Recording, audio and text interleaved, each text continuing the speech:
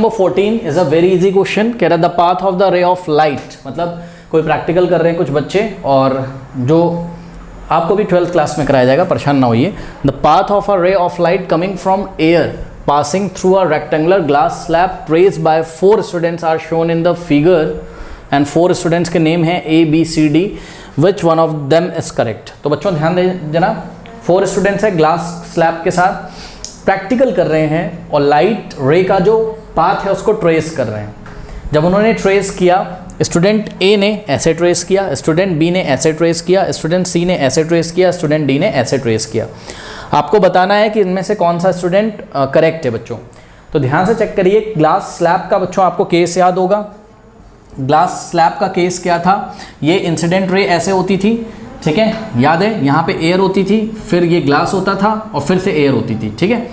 तो हम आपको दिखाने की एक बार याद कराने की बच्चों कोशिश करते हैं क्लास में जो हमने पढ़ा था।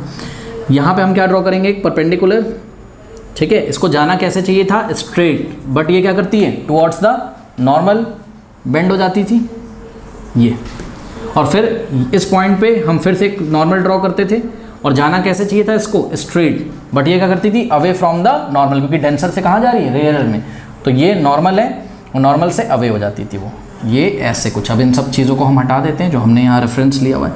अब आप ध्यान से चेक करिए, खासियत क्या है बच्चों, जो इंसिडेंट रे थी उसका जो पाथ है, ये देखिए,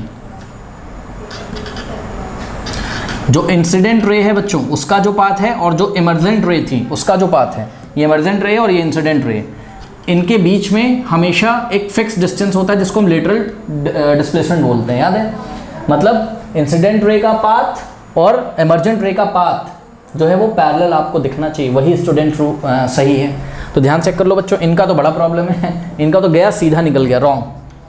बी मुझे बच्चों सही लग रहा है, क्यों, ये इंसिडेंट रे है और इंसिडेंट रे का अगर हम पाथ बनाएं डॉट डॉट करके सोचें, तो ध्यान से चेक करिए बच्चों, ये देखिए इंसिडेंट रे का पाथ और ये इमर्जेंट रे का पाथ कैसा है, यहाँ पे देखिए पैरेलल है ना, और ये लेटरल डिस्प्लेसमेंट डी है, कोई दिक्कत।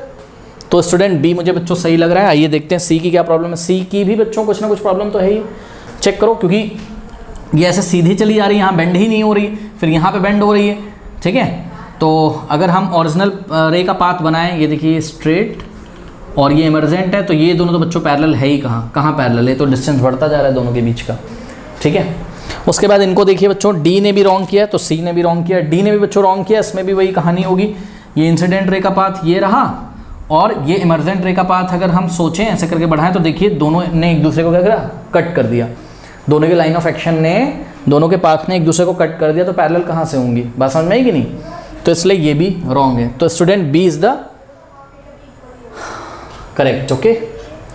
तो ऑप्शन बी पे करेक्ट कर दीजिए। बी में ही ऑप्शन बी में स्टूडेंट बी की बात करी गई, ये तो अजीब सी बात है कि ऑप्शन ए में ए स्टूडेंट की बात करी गई, ऑप्शन बी में बी की। तो एग्जाम में थोड़ा सा बच्चों कंफ्यूज ना होना, कभी कभी क्या पता कर दिया उन्होंने, क्या कर दिया कि ऑप्शन डी में बी का नाम लिखा है उन्होंने, स्टूडेंट बी का, तो आप ऑप्शन डी में उस टाइम टिक करोगे। बात समझ में आई कि नहीं, ध्यान रखिएगा, कर लीजिए।